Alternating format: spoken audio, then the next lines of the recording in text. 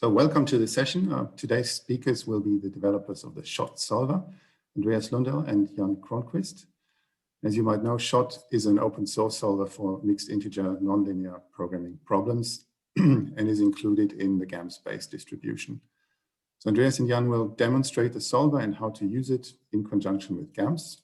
So without further ado, let me hand over to Jan and Andreas. Okay, thank you for the introduction. So my name is Andreas Lundell and I'm a researcher at Åbo Akademi University in Turku, Finland. And I'm Jan Kronqvist and I'm a postdoc researcher at the Department of Computing at Imperial College in London. And as was mentioned, we will give a brief introduction to the MINLP solver that we have been developing for the last 5 years. So first, some background about what we are going to talk about during this webinar. So first, Jan will give some background on mixed integer nonlinear programming, especially how problems can be formulated and solved. And then I will continue to give a little bit more background about SHOT, and I will explain how it actually works in the background, and then also I will give some demonstration how it actually can be used from GAMS. So I think I will give over to Jan now. So let's continue with mixed integer nonlinear programming, MINLP. And MINLP problems are optimization problems that contains both continuous and integer variables and contains both linear and nonlinear functions. And MINLP is regarded as the most versatile optimization paradigm, and examples includes enterprise-wide optimization, optimal design of equipment, cancer treatment planning, molecular design, and many other practical applications. And if you want to read more about applications of MINLP or algorithms for solving MINLP problems, I recommend that you take a look at these papers. So here we have a very simple MINLP problem. We have two variables. We have x1, x2. Both variables are bounded between 1 and 20, and the variable x2 should take on integer values. So the goal is here to minimize the objective function minus x1 minus x2. And the objective function is here illustrated by these contour lines. So the objective is improving when we move towards this upper corner. So here we have the first nonlinear constraint, and here in gray, we have the feasible region defined by this constraint. So any point within this gray area will satisfy our first constraint. We have a second nonlinear constraint, which is satisfied within this area. And furthermore, we have a linear constraint. And together, these constraints forms this feasible set. But furthermore, we also have the restriction that the variable x2 should only take on integer values. So this will further restrict the feasible set to these lines. So the optimization task is here to find a point that minimizes the objective along these lines. And then later I will come back to this example and show how we can practically solve this problem. But first, I want to mention that there are different types of problems, and some of these are easier to solve and some of these are harder to solve. And the main characterization that we care about here is convexity, if the problem is a convex MINLP or if it's a non-convex MINLP. And for the problem to be a convex MINLP, the objective function must be convex. The functions in the inequality constraints must also be convex, and we can only have linear equality constraints. If any of these functions are non-convex, the problem automatically becomes non-convex, or if we have a nonlinear equality constraint, that also automatically means that the problem is non-convex. And for convex MINLP problems, we are often able to find and verify the global optimal solution. And when it comes to non-convex problems, we are often able to find a good solution, but we may not be able to prove global optimality. So convex MINLP problems, they are not necessarily easy to solve, but in general, they are easier to solve than non-convex problems. And there are many other types of problems as well that we are not going to talk about here, but I want to mention two special cases that Andreas is going to talk a little bit more about later. So first, we have mixed integer quadratic programming, MIQP. These are problems with only linear constraints and a quadratic objective. And we have mixed integer quadratically constrained programs, MIQP, where we have quadratic functions either in the objective, the constraints, or in both. So why does convexity matters? Well, the property that we really care about is that it enables us to directly outer approximate the problem by a mixed integer linear problem.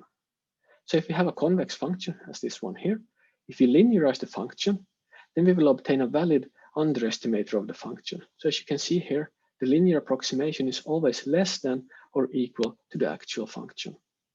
This enables us to easily construct an outer approximation of our problem. This property is often referred to as the first order convexity condition. As you can see, this does not hold for a non-convex function. At some parts, it is under the function and below the function, and at some parts, it's greater than the function.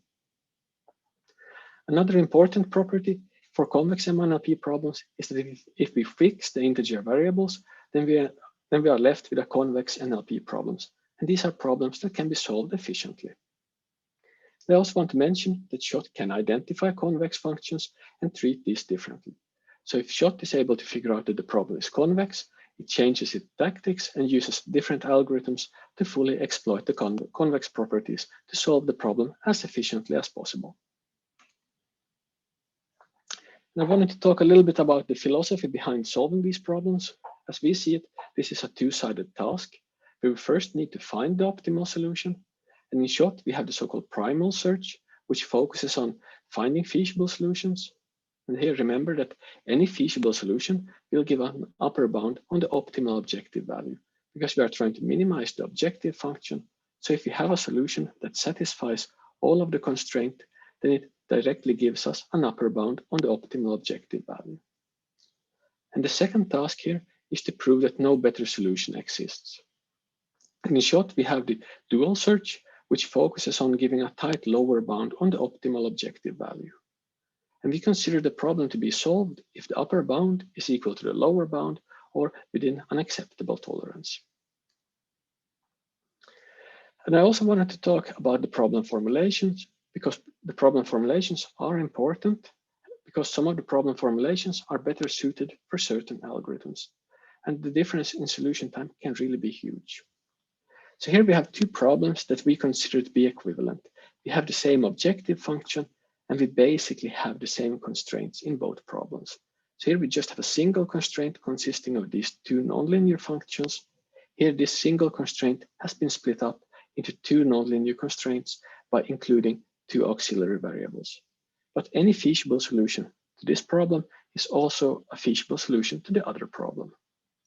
And furthermore, from the optimal solution to one of these problems, we can easily obtain the optimal solution to the other problem. So you may wonder, why does this matter? Can't we just solve any of these? Well, if we use an outer approximation based algorithm, then this second problem formulation is usually a much better choice. And this is described in more details in the following paper, where we show that problems in this format can usually, we show that several problems written in this format can actually take hours to solve, whereas if we write the problem in the second format, we can actually solve it in just a few seconds. But fortunately, the end user doesn't really have to worry about this, because SHOT performs automatic reformulations. So if we give this problem to SHOT, it will internally translate it into the second format and solve it in the more efficient format. So this is all done under the hood, so the end user doesn't have to worry about it. So let's look at how to practically solve these problems. And as I see, there are two main types of algorithms for solving these problems. We have branch and bound based algorithms, and these are very similar to branch and bound as you know it for mixed integer linear programming. So for example, in NLP based branch and bound, you solve convex NLP problems in each node and you branch to enforce integrality. And there are different flavors of the branch and bound technique that I do not really have time to go into details, but I recommend that you take a look at these papers. On the other hand, we have the outer approximation-based algorithms, where the goal is to construct an equivalent mixed integer linear programming problem. So the goal is here to construct a linear program that gives us the optimal solution to our nonlinear problem and is also able to verify that the solution is the global optimal one. And we have, for example, the extended cutting plane algorithm, the extended supporting hyperplane, and the outer approximation algorithms. And these are described in more detail in the papers. But I'm going to talk a little bit more about the extended supporting hyperplane algorithm, because this is one of the main components of the SHOT solver. So the main idea in the ESH algorithm is to construct a polyhedral outer approximation by generating supporting hyperplanes to the feasible set. And this is done by approximately projecting the trial solutions onto the feasible set by a simple one-dimensional root search. And here we have the problem that I showed you in the beginning. And the first step of the ESH algorithm is to find a point that strictly satisfies the nonlinear constraints, but it does not have to be an integer feasible point. So this can be formulated as a convex MLP problem. And for example, we could obtain the following interior point, which is clearly within the interior of our continuous relaxation. So in the next step, we move over to solving continuous relaxations. And to construct an initial polyhedral outer approximation, we simply ignore all of the nonlinear constraints. So here in dark gray, we have the feasible set defined by the nonlinear constraints. And in light gray, we have the feasible set defined by the linear constraints. So this light gray area is our current outer approximation. So in the first step, we optimize the objective and only take the linear constraints into consideration, which gives us a point here in the corner. And as you can see, this is clearly outside of the feasible set. So this point will violate some of the nonlinear constraints. So next, we project it onto the feasible set by performing a root search on the line segment joining our interior point and our current trial solution. This gives us a point on the boundary of the feasible set. And at this boundary point, we linearize the active nonlinear constraint to obtain a supporting hyperplane. And this is now a linear constraint that improves our outer approximation of the feasible set.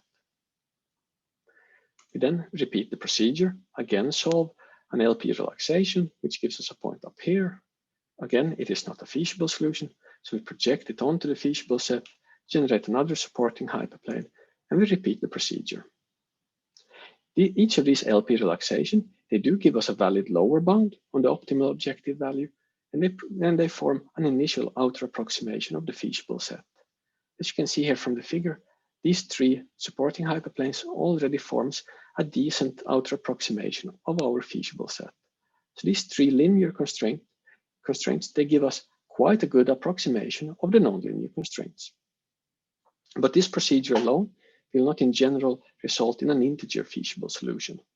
So therefore, we also have to take the integrality into consideration, and we do this by solving MILP relaxations, where we again optimize the objective within our outer approximation, but we now also take the integer restrictions into consideration, which gives us the following solution here. Now this is already close enough to the feasible set that it is difficult to tell from the figure, is this feasible or not, but it happens to be just outside of the feasible set. So we then repeat the procedure, project it onto the feasible set, and generate an additional supporting hyperplane. And the optimum of these relaxations, they give us a valid lower bound. In the relaxed solutions, they will eventually converge to the optimal solution. Then we also obtain an exact lower bound on our optimal objective value. So now we are ready to move on to the supporting hyperplane optimization toolkit, or the SHOT solver. And I will hand over the microphone to Andreas. Okay, thank you, Jan, for the introduction to mixed integer nonlinear programming. So now I will then continue to speak a little bit more about what SHOT is and how we can use it in GAMS. So first, SHOT is an open source MINLP solver. It's a Koinoir open source project, and it was selected as the contribution of the year by winning the Koinoir Cup in 2018. And as it's an open source solver, you can download the code, make modifications, and use the solver as you see fit. In GAMS, currently the version is 1.01, but as we upgrade or release new versions of the open source solver, these will be included and updated in newer GAMS releases then as well. It is also possible as an advanced use case to use your own version of SHOT in GAMS, but this is documented in the GAMS manual. Okay, so to simplify a little bit, the ESH algorithm is used to provide a lower bound for SHOT, and primal heuristics give then the upper bound. The idea is then to reduce the difference between these two. That's what we call the objective gap, and we want to reduce it to such a level that's specified by the user, either then to get it to 0 completely, or you can have a tolerance that's defined by GAMS settings, and can be specified by the user then, of course, as well. For convex problems, SHOT can more or less guarantee to find the optimal solution. Of course, there can always be issues with numerical issues, or you can have bugs in the solver, of course, but other than that, you should be able to obtain the global solution to a convex MINLP problem. For non-convex MINLP problems, we are able to solve some of them to global optimality, but we cannot give a general guarantee that we can solve a non-convex problem to optimality. More information about SHOT is available in the solver documentation that's included with GAMS, and also available on the GAMS web page, or you can visit the SHOT solver web page at shotsolver.dev.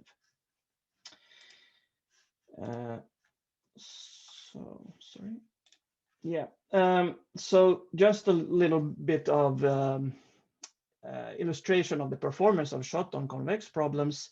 This is a solution profile that indicates the number of solved problems as a function of time. And these are currently the 406 convex MINLP problems in the problem library MINLP-lib. So we solved all of these with a few of the solvers that are available in GAMS. And then this profile then shows the amount of problems that are solved as a function of time to a gap tolerance of 0.1%. So as we can see, SHOT here is quite efficient, if you want more information about these benchmarks, I refer you to this comparison paper that we have in optimization and engineering. In this comparison, note that CPLEX and CONOP was used as the MIP and NLP solvers. This you can use in GAMS if they are licensed. So if you don't have a license for them, then the standard setup is to use CBC and IPOpt. And then the performance will be a little bit not so good as here, but still very competitive to many of the other solvers. To actually use SHOT in GAMS, you need to set either the default MINLP or MIQCP solver in the GAMS settings, or you can specify this MINLP equals SHOT in the command bar in GAMS Studio, or MIQCP equals SHOT if you have a MIQCP problem. Or you can also include it in the problem file before the solve statement of the model. So you have many different options here. Regarding the subsolvers, the performance of SHOT is very much dependent on the subsolvers that you use. So by default, SHOT will use CPLEX as the MIP solver if it's licensed with GAMS.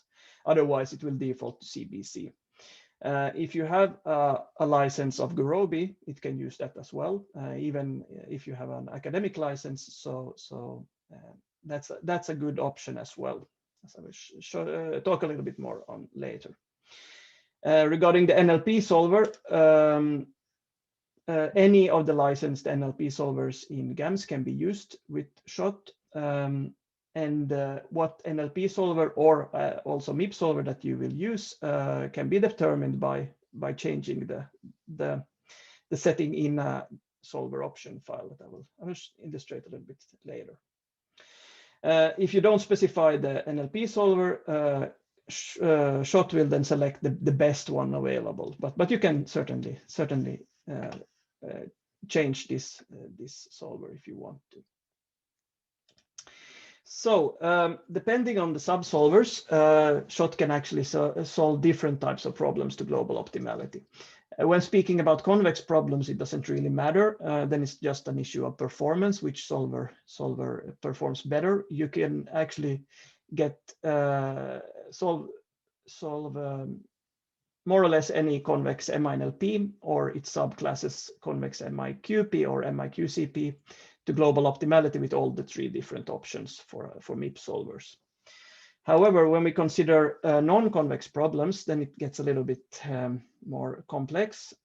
So as Cplex and Gurobi both support non-convex MIQP, so a linear problem with a non-convex quadratic function, we can actually pass this on from SHOT to the MIP solver, and then we can actually guarantee that we can solve this type of problem to global optimality as well. Recent versions of Gurobi also support non-convex quadratic constraints. So if we have a non-convex MIQCP problem, then this can actually be solved to global optimality with Gurobi as well. Regarding the non-convex MINLP problems, if the non-convexities are in the quadratic constraints or objective function, then we and all the other nonlinear constraints are convex, then we can actually also solve these to global optimality if we have then Gurobi in case we have a non-convex quadratic constraint, or Cplex or Gurobi if it's the non-convexity is in the objective function. Also, SHOT has the possibility to send the quadratic part to the subsolvers, as I said. So these circled options here now indicates what type of problems that can actually be directly sent to and handled by the subsolver. So what we can see here is that SHOT then extends the capabilities of these solvers to also handle the nonlinear part. Yes, okay. So now I will consider a simple problem from the MINLP lib. So this is X1223B. This is a convex MINLP problem. It has a nonlinear objective function, 5 linear and 4 quadratic constraints. And if I now open up GAMS Studio here, I actually then have this problem open here. So it's here on the left is the problem file. So this is directly the file that is available in MINLP lib. And now if you can see, this is probably quite small, this text now, but I have here that MINLP equals SHOT. So now it will solve this problem using SHOT. Then I also have specified opt file equals 1. So that means that it will use these options that are specified in this opt file when solving the problem. So what I actually have specified here is that it will use Cplex as the MIP solver, it will use CONOPT as the NLP solver, and then it will use what we call the multi-tree strategy. So unfortunately, we don't have time to go into more detail about what this actually means, but it has to do about some technicalities about how to integrate with the MIP solvers. So if I now press the run button here, we can see that here on the right, we actually solved this problem now in 0.1 second. So it went very fast. So I will now go back to the presentation to go through this a little bit more in detail, the output. So first there is some information about SHOT, the version number and so on. Then we can see that actually we have performed some bound tightening. So this is an important part of SHOT as well, because this can actually improve the performance significantly in case the bounds on the variables are quite loose. So it actually, in this case, it tightened the bounds for 3 variables, both in the original and reformulated problem. So from this, we can then deduce that SHOT has 2 versions of the problem. It has an original version that corresponds to what it gets from GAMS. And then it has a reformulated version that where this The problem has been changed to a form that will better suit the ESH algorithm, as Jan explained earlier in this presentation. So after this, we actually get then a report about the problem. So we can see here that in this column we have for the original problem, and in this column we have statistics for the reformulated problem. So first we see that the classification here. So the problems are MINLP and they are convex, as both in the original and reformulated version. We see that the objective function is the direction is the problem is a minimization problem, and then we see that the objective function type in the original one was a nonlinear but convex function, but in the reformulated case it's a linear objective function. So the reason for that is that the nonlinear objective terms in the objective function has been moved down into the constraints and partitioned into 7 different constraints. So these are automatically carried out by SHOT in the background, so the user doesn't normally have to think about it, but there are a lot of options that you can set here to either disable this functionality or promote one reformulation over another, for example. But what we can see is in the reformulations actually that the number of variables have of course increased, and also the number of constraints. So the reformulated problems are larger in that sense and might be more difficult, but what happens in most cases is that they are much faster to solve. And this reformulated version is then the version that the MIP solver, that solves the polyhedral out approximation. So the problem, the linear problem, is based on the reformulated version, while the primal, these primal heuristics that we get try to get the primal solutions from, so those are based on the original problem. But this there are some of the methods that are based on the reformulated version as well, but that's special cases. Okay, so after this, we get a report on the options that have been used. So it says here non-default options used, but this is from the viewpoint of SHOT. So many of these options are actually default in GAMS. For example, the iteration limit is more or less unlimited. And then the opt-CA, or the absolute objective gap that we call it in SHOT, is 10 to the power minus 10, and the opt-CR is 10 to the power minus 4. And the time limit is also a big value. So these are directly taken from GAMS without the user having to specify anything. But if, for example, the user set opt-CR to something else, then of course it will reflect on these options. Then we get some information about the strategy. So we have here that the multi-tree strategy was used. So I defined this in the settings file. Then also the ESH algorithm is used. We can also use ECP if we want to, but the default is ESH. And then the solver, the MIP solver used was CPlex 12.10, and the NLP solver was CONOPT. And we see here that it was automatically selected. So the options for SHOT, so similar to these, can then be specified using a GAMS options file, as I showed before. And a full list of the options are available in the solver documentation and or on our webpage. And the format used is then first a main group, then there can be some categories separated by a dot, and then there is a value that can be either then Boolean, integers, or floats or double values. And note that these options actually are case sensitive. And as normal in GAMS, you need to specify this opt file equals 1 for it to actually read this file and pass it on. Okay. Then, since we are using the ESH algorithm here, we actually need to get an interior point as well. So we do this by solving a sequence of linear problems. So here we actually solve 5 LP problems. So these are based on the reformulated problem, and we actually get an interior point here in just fractions of a second here. And this interior point is then used as an endpoint for the root search to generate supporting hyperplanes. There is also the option to use multiple interior points. But these are documented on our web page or in the GAMS documentation as well.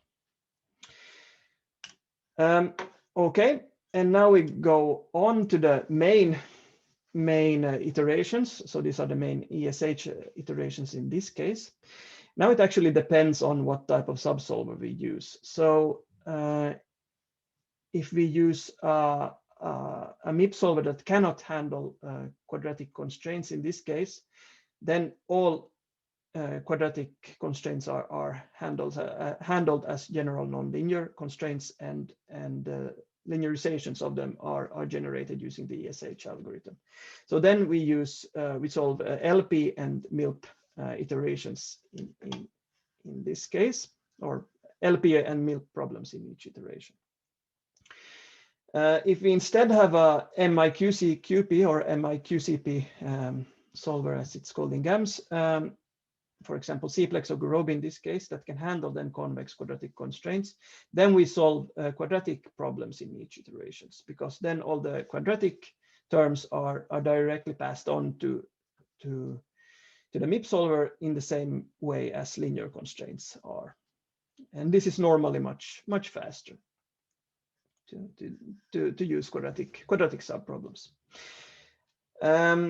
And if we look a little bit more about what actually happens in these iterations, we first have the iteration number, we have the iteration type, we have the total time, so this is wall clock time for the solver, we have the amount of linearizations that have been added in each iteration, and then we have the total number of cuts here that have been added. We have two columns here for the objective values. We have the dual lower bound, and we have the primal upper bound in this case. This is a minimization problem, so the dual will be lower than the primal. If it's a maximization problem, these two will switch places. So we always have the lower value here on the left and the higher value on the right. Then we have the differences between these two. So we have the difference between the dual and primal solution here, and then we have a relative difference here, where it has been normalized to the objective value. So the termination criteria here is for this to be smaller than opt-CA in GAMS, the absolute tolerance, or opt-CR for the relative tolerance here. So this is the reason why it actually terminated here, because this was smaller than the default tolerance, that's 10 to the power minus 4. Then we have some information about the current solution here. In this case, we have pretty much the same behavior. We have different values, of course, since we are solving different subproblems. But one thing is interesting here, and that's that we have this NLP iteration here. So here we have solved a fixed NLP problem to get a new primal solution. And if I explain briefly about these heuristic strategies that we have for the primal solutions, we have more or less 3 ones at the moment. So the first is to utilize the MiP Solution Pool. So this is a pool of solutions that the MiP solver provides for free. So it's solutions that it has found during its search, and we can then check if these fulfill all the constraints in the MINLP problem, and then they are also valid solutions to the problem. They don't, of course, have to be the optimal ones, but the other option is to fix the integer values that we get from one source or another to a value, and then solve an NLP problem to get a valid solution for the MINLP problem. So this was what happened actually on the previous slide. Then we also perform some root searches, and if these provide values that are on the integer or integer feasible, then these might also be good candidates for primal solutions. So these are the options that we currently have.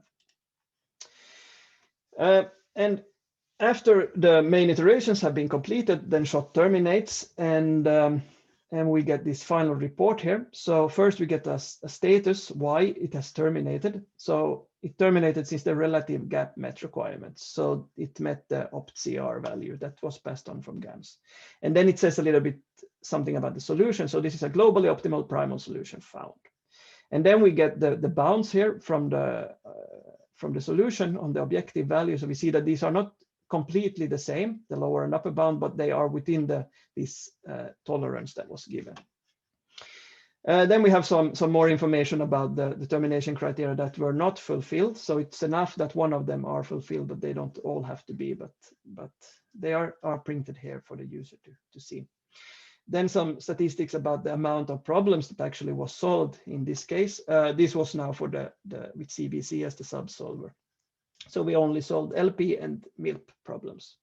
And only two of the MILP problems were actually solved to optimality. So this is one thing also that's makes SHOT a little bit more efficient, is that it doesn't solve all MIP problems to optimality in all iterations. And then we solved just one fixed NLP problem. And here is a statistics about the number of primal solutions found and their source. So 2 from the root search, 1 from by solving an NLP problem, and 3 from the MiP Solution Pool. So these are all represented here, the strategies. But this is, of course, very problem specific. And finally, we have a report on the solution time. So how long the individual steps in SHOT took.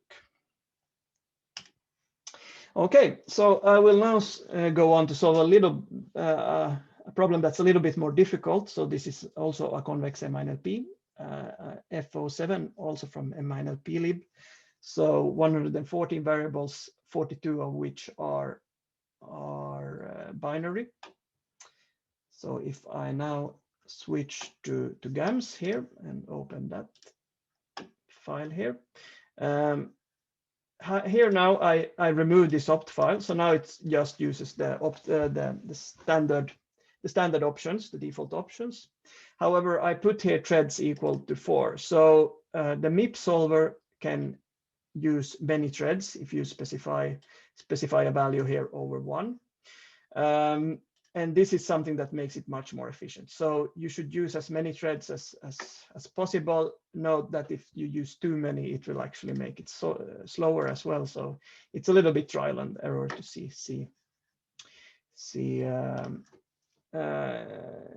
what kind of value here actually gives the optimal solution process. But okay, I will now make this a little bit bigger and then actually solve this problem. So we can now see that actually SHOT is doing some work here. Now we actually see some interesting things here. For example, we now have, it says CB here. So the reason is that we now use this single tree strategy. So it integrates then this dual strategy more into the MIP solver and makes it normally more efficient.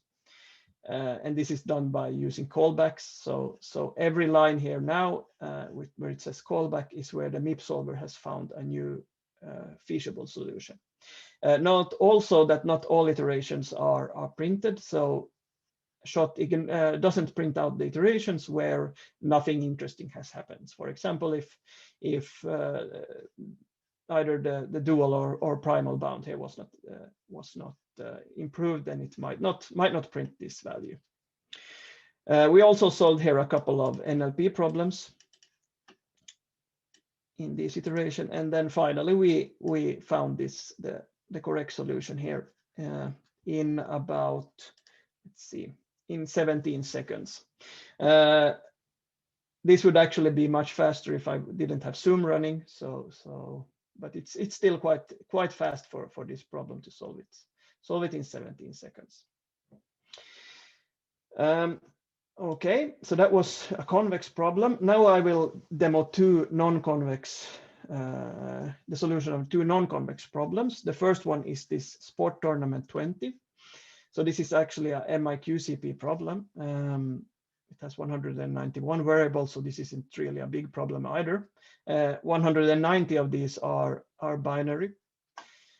And this is actually a maximization problem then. The optimal objective value of this is 192. So let's see what happens if I now solve this. So if I look at this problem, it actually only has a quadratic objective function, a non-convex one, where there are bilinear terms of this type, so a binary variable times another binary variable. So these are non-convex terms. Actually, this is an objective function, but since it's not identified as one, it's identified as a constraint. So that was why there it said that there was one non-convex constraint in the statistics there before. So, but if I now solve this problem here, something interesting happens.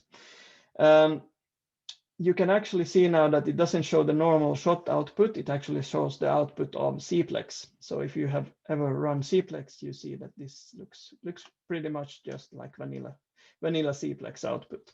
The reason here is that shot actually managed to reformulate this non-convex problem into a linear version, so a MILP problem. Since the terms were a binary times another binary, then we could completely reformulate this into a linear problem that can then, of course, be solved by the MIP solver in just one iteration. And if we go down here, we can actually see that it found the optimal solution to this non-convex problem in 9 seconds. So this was a special case where you actually could reformulate away all non-convexities. This isn't normally possible in general, but in many cases it's possible. And then we can then guarantee the global optimal solution. Finally, I will demo another non-convex problem that we actually cannot solve to feasibility. That we cannot solve to optimality. We can only solve it to feasibility. So this is X1265. We see here that we have 5 non-convex quadratic constraints in this problem. So let's see what actually happens if we try to solve this using shot. So there are some linear constraints, and then, sorry, now I missed here they are. So these are the non-convex constraints that are a continuous variable times another continuous variable. So when we solve this problem, now we actually see that the end result is also a non-convex problem. So now shot cannot guarantee the optimal solution normally. So let's see what happens. And now we get some more output here. I won't go into detail what all of these different steps are, but it's there are some aspects that shot takes into consideration and uses when solving non-convex problems. An important thing here is this asterisk that's next to this dual bound. So whenever this asterisk has appeared, then these values are no longer the global lower solution. So you cannot trust these values anymore since we have added cuts to non-convex constraints. However, here we have one that doesn't have an asterisk. So this is still a valid lower bound. So this one we can use for tolerance, for termination. So say, for example, that we actually managed to find a primal solution that was 10.1. Then we have the gap equals 0, and we know we have found the global solution.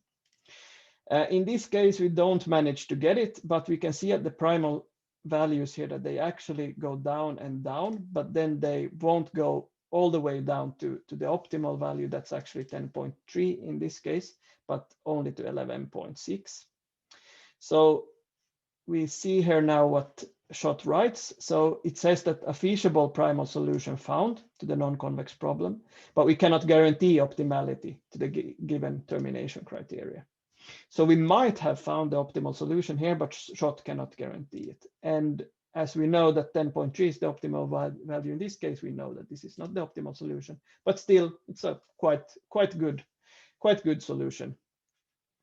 Anyway, so to be able to solve this problem to global optimality, you would probably need to have a global solver such as SCIP or Baron or Antigon. I wanted to show one final thing here actually. So I have this option here that is output debug enable equals true.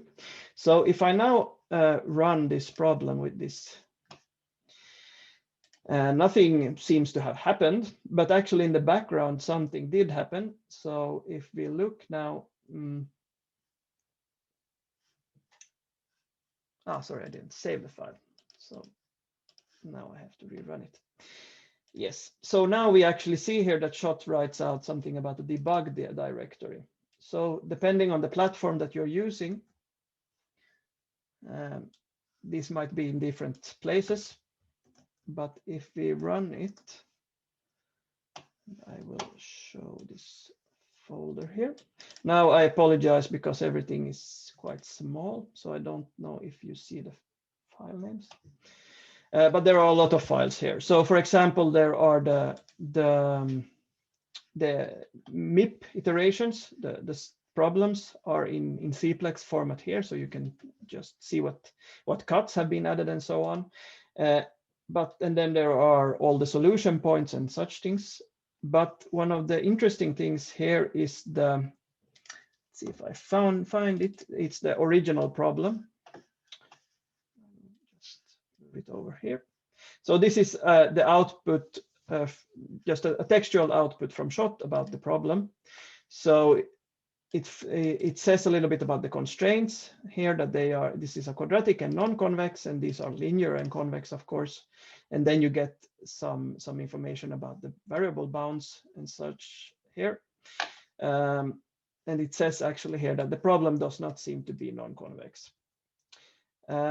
Another interesting file here is the reformulated problem. So this might actually be of more interest to the user.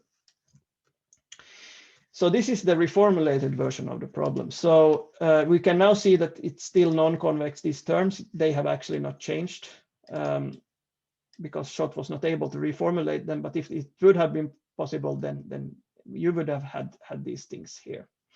And another thing here is that these variable bounds here that have an asterisk, so these are the variable bounds that have been tightened using bound tightening. And there is a lot of information in this file. I will not have time to go through it, but if you are more interested in what actually happens in the background in SHOT, I hope that you take a look at this file. Okay, so that was the demonstration.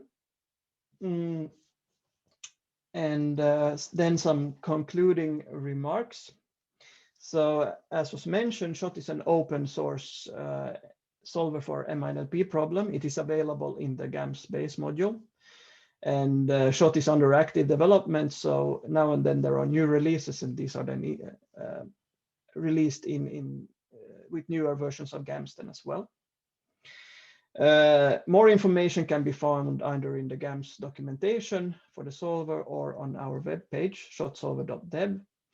If you want to contact us, if you have any questions, please send us an email. The email addresses are there. And if you want more information about any of the more theoretical things or how SHOT actually works, there are some papers here that might be of interest. And the three first of these are available open access, so those can be downloaded by anyone interested. So thank you for the attention, and just to conclude, we appreciate the active support that we have received from GAMS during the development of SHOT, and there is also a list here of some of the funding agencies that have helped to fund this project. So thank you for taking part in this webinar, and I hope that you have learned something about SHOT and are interested in using it in the future. Thank you.